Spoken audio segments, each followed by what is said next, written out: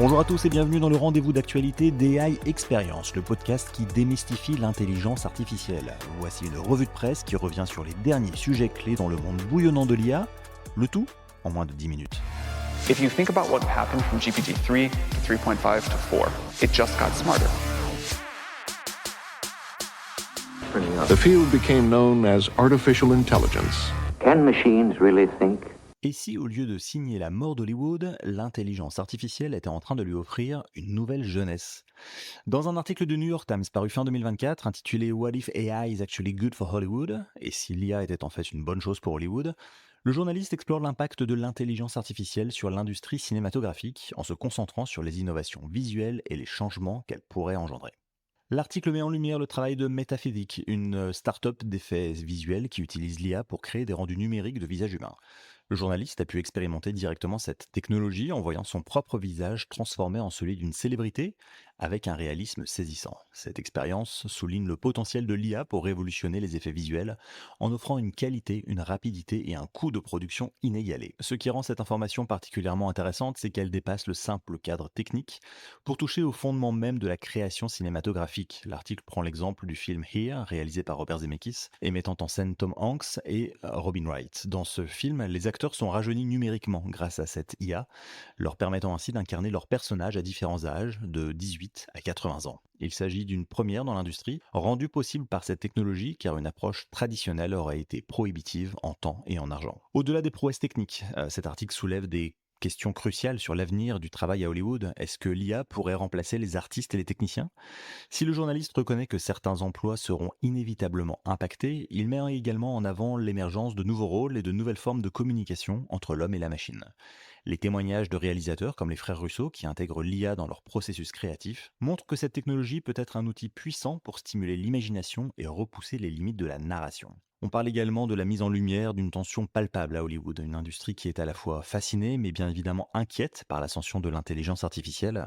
On y voit une technologie en pleine évolution, encore imparfaite, mais dont le potentiel est indéniable. Ce que nous montre cet article, c'est que l'IA n'est pas une menace imminente pour l'industrie du cinéma, mais plutôt un outil en pleine maturation qui offre des nouvelles perspectives créatives tout en développant des questions éthiques et économiques importantes. Un sujet qui ouvre la porte à un débat sur la place de l'IA dans le futur du 7e art, et un débat qui ne fait que commencer.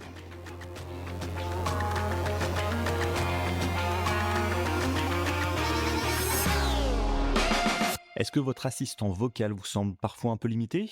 Eh bien, Siri, ou du moins sa nouvelle version, pourrait bien vous surprendre. Dans un article de Bloomberg, on nous dévoile les plans d'Apple pour une version de Siri boostée à l'intelligence artificielle. Alors dans cet article, la journaliste révèle qu'Apple travaille sur une version améliorée de Siri, surnommée en interne LLM Siri. Son objectif est de permettre de rivaliser avec des chatbots comme ChatGPT grâce à l'utilisation de modèles de langage avancés. Ce qui rend cette information intéressante, c'est qu'elle marque une étape majeure dans l'évolution des assistants vocaux. Imaginez une version de Siri capable de tenir des conversations naturelles et fluides, un peu comme si vous parliez à un humain.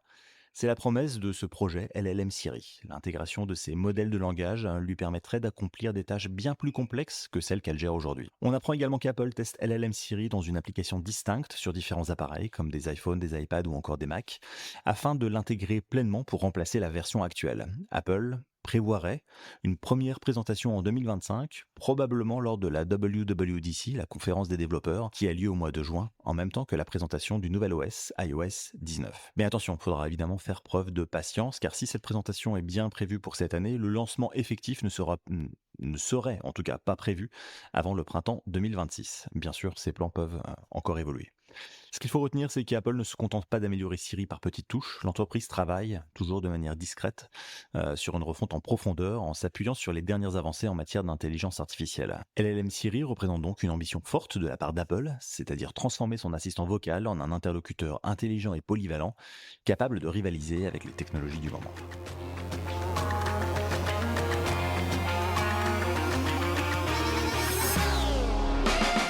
Et si l'intelligence artificielle pouvait nous aider à anticiper les catastrophes naturelles avec une précision inégalée?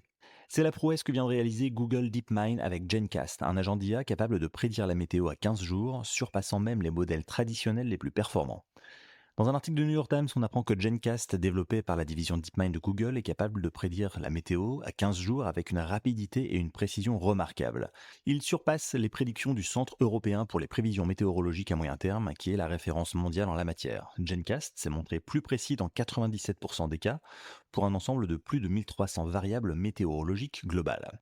Cette information est intéressante car elle montre que l'IA peut être utilisée pour résoudre des problèmes complexes et avoir un impact sociétal majeur. En prédisant avec plus de précision des événements météo extrêmes comme les ouragans, Gencast pourrait aider à sauver des vies et à réduire les dégâts matériels. L'article mentionne que des prévisions à 15 jours au lieu de 10 auraient des avantages socio-économiques considérables. Gencast se distingue des méthodes traditionnelles de prévision météo par son approche probabiliste. Au lieu de fournir une seule prédiction déterministe, il propose un éventail de possibilités avec des pourcentages associés. Par exemple, il peut donner la probabilité de pluie dans une région donnée à un jour donné. Cette approche est ainsi considérée comme plus nuancée et plus difficile à réaliser aussi que les prévisions déterministes. De plus, Gencast est beaucoup plus rapide. En seulement quelques minutes, il est capable de faire une prévision à 15 jours contre plusieurs heures pour les supercalculateurs traditionnels. L'article souligne également l'ouverture de Google DeepMind qui a décidé de partager le code de Gencast et de rendre ses prévisions accessibles à la communauté scientifique.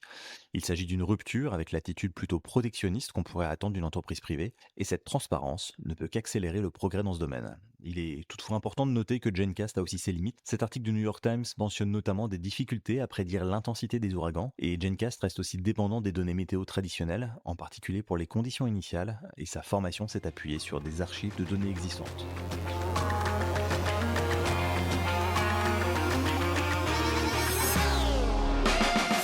Est-ce que vous connaissez Notebook LM, cet outil d'apprentissage propulsé par l'IA qui avait surpris tout le monde, y compris Google?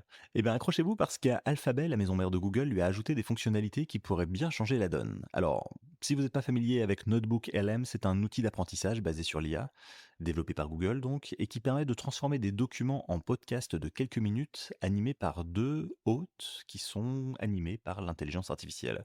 Et ce sont justement ces animateurs qui bénéficient d'une mise à jour majeure. Alors imaginez plutôt, vous pouvez écouter le résumé audio de vos documents, et soudain une question vous vient à l'esprit. Et bien avec cette nouvelle version, vous pouvez justement les interrompre la conversation pour poser directement des questions.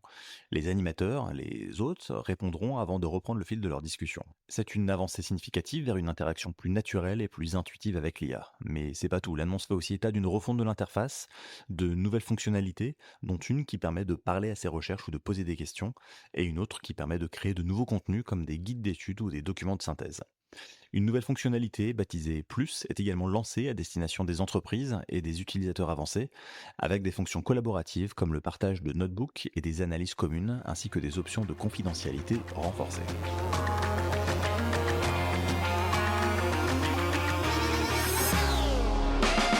On a souvent reproché à l'IA d'inventer des informations, ce qu'on appelle les hallucinations.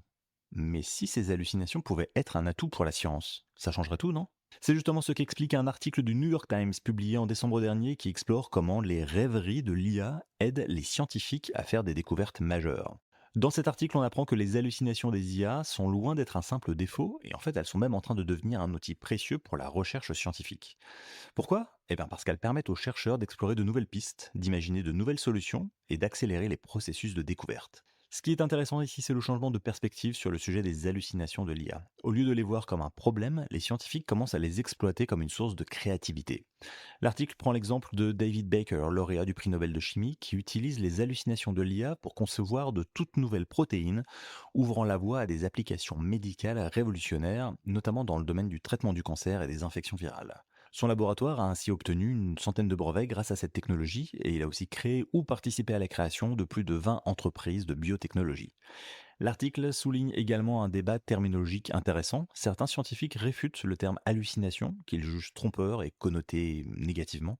Ils préfèrent parler de distribution de probabilités ou considèrent les productions de l'IA comme des pistes à explorer et non comme des erreurs. Un autre point important est la différence entre les hallucinations des chatbots, souvent basées sur des informations erronées, et celles des IA scientifiques ancrées dans les lois de la physique et des données expérimentales. Cette différence fondamentale permet aux hallucinations scientifiques d'avoir plus de valeur et d'être aussi plus fiables, paradoxalement, et aussi utiles pour la communauté scientifique. Loin d'être un simple bug, ces hallucinations deviennent un moteur d'innovation scientifique. Elles ouvrent des perspectives inédites dans des domaines aussi variés que la médecine, la météorologie ou la robotique. Une sorte de révolution silencieuse dont les implications pourraient être considérables dans le futur.